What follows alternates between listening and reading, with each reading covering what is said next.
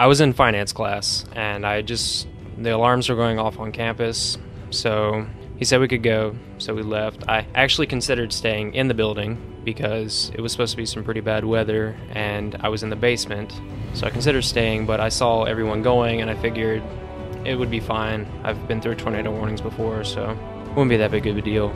So I walked off campus to my truck, and then I drove to my apartment, Arlington Square in Alberta City, and I put some pizza in the oven and checking my assignments for the night, starting to settle down and work on homework, and I started getting text messages from friends and family telling me that I should find cover, get in the bathroom, take heed of the warnings, and of course I didn't. I was just thinking up smart retorts and replies and sarcastic comments, messaging that back to them, and then I heard this really loud sound outside the window. It sounded like a train going by, and my ears popped. They actually popped so hard that they were bleeding afterwards.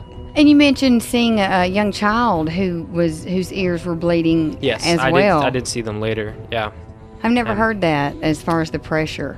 There was a couple of us. Our ears were bleeding. And you mentioned at some point, and you say that it wasn't any heroic measure on my part. It was just me and wanting to protect what you perceived at that time as the last two people on earth with you. You actually threw yourself on top of a woman and a child. Correct. I really wasn't thinking about much of anything. I was pretty sure I was in shock at that moment, and it was just adrenaline, and I wasn't aware of anybody else at that moment but us three, because they were the only people I could see, and there was still wind going around, debris flying through the air and stuff, and You actually got in your closet. Yes. When I was telling you that my ears popped and I heard that noise, I had seen enough TV and known that meant that there was a high pressure drop and there was bound to be a tornado.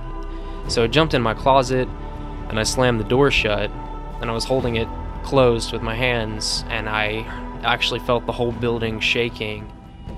And then I just heard, it must have been the back wall just tearing away from the building, and then the winds were pulling on the door while I was trying to hold it closed, and I kept pulling it shut, and then the tornado sucked me and the door out through the back wall, and I couldn't actually see anything because I put my hands over my face to try and protect it, but I was rolling for a long period of time. I know judging from my bruises and pieces of material that were stuck in my body, I ran into a fence. It threw me into a fence, a chain link fence, because there was bruises of the chain links. How far were you thrown from what was your apartment? The chain link fence was 15 feet behind my building, so I did fly there, but then it also spun me back around into my building. So probably about 40 feet total, and it rolled me around on the ground through some rubble it could have been anywhere from 5 seconds to 10 minutes. There's no way to tell. I mean, it wasn't long at all, though. So as you are being thrown from the tornado, you are aware that is actually happening? Yes, and I did see some glimpses of the inside of the tornado through my fingers, but I didn't see a funnel cloud or dark clouds or anything. I just saw this bright white light, and I've done some research now, and apparently that's because of all the silt and dust in the air reflecting light, but I honestly thought it was heaven. I thought I was done. And you mentioned your faith and how you really felt like God protected you. What was your faith like before the tornado? I considered myself non-denominational Christian because I had grown up believing in God, but I had never been to church. I never really practiced any kind of faith. But since then, I was praying and promising God, get me through this day, and I will go to church every Sunday for the rest of my life. I will try to be a better person, a Christian. So I've kept my promises so far. Obviously, it made a huge impact on your faith, and a lot of those stories are starting to come out as people miraculously surviving the storm, and you credit God to actually, you feel like that's the only reason why you made it through.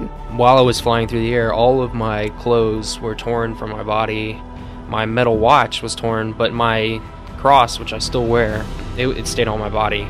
And you actually were walking down Alberta City, you said at one point, because I saw the horrific picture of your foot, but someone gave you a woman's slipper at some point. Yeah, to put over the foot to protect it. And luckily my neighbor was relatively unhurt, so he lent me a shoulder, and we were hopping down the street, and all I was wearing were some boxers that stayed on and my necklace.